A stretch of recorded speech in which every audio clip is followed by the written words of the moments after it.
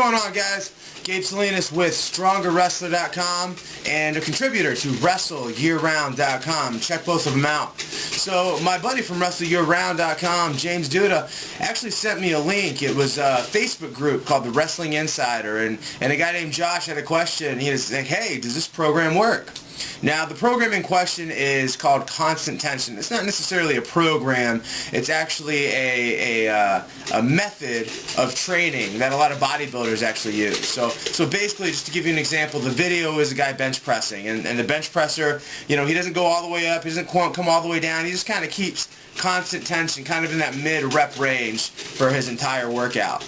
Now, does that work? First and foremost, does it work? And the answer is yeah, it probably does. So there have been a lot of research studies that have shown us that constant tension training on the chest or the quads or whatever actually will help hypertrophy. There wasn't a huge difference between full rep ranges and non-rep ranges, and it wasn't even significant. It was just kind of a trend. But yeah, a lot of bodybuilders use that constant tension training, and it does seem to work out. Now, the next question is, does it work for wrestling? And I would say no. We probably want to stay away from that for wrestling. And the reason why is, as a wrestler, you want to be as strong as possible, but in as small of a package as possible too, right? So if you can, let's say, deadlift 400 pounds at 145-pound weight or at a 152-pound weight, you know, what would be better? And obviously it would be the 145-pound weight. So, you know, as wrestlers, we really want to focus more on neural strength and not hypertrophy. We don't want big muscles.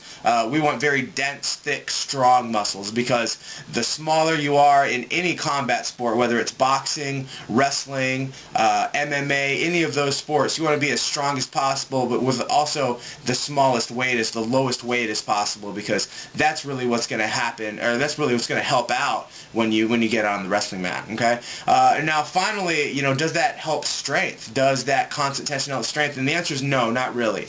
A lot of studies have shown very fast, explosive movements when you train actually contribute a lot more to strength than that slow kind of style of movement. Not only that, guys, but when you train, especially pulling movements, whether it's pull-ups or rows, you always want to use a full range of motion, especially when you think of joint angles, okay? So if I'm a wrestler and I grab a single leg, if I grab it here, I can pull it in easy, right? But if someone sprawls out and I have it from a long joint angle, it's going to be really hard for me to pull it in. So I really want to work these angles where my arms are outstretched. So when I pull up, I don't want to pull up just a little bit. I want to go all the way up and then all the way down, and that's going to help out.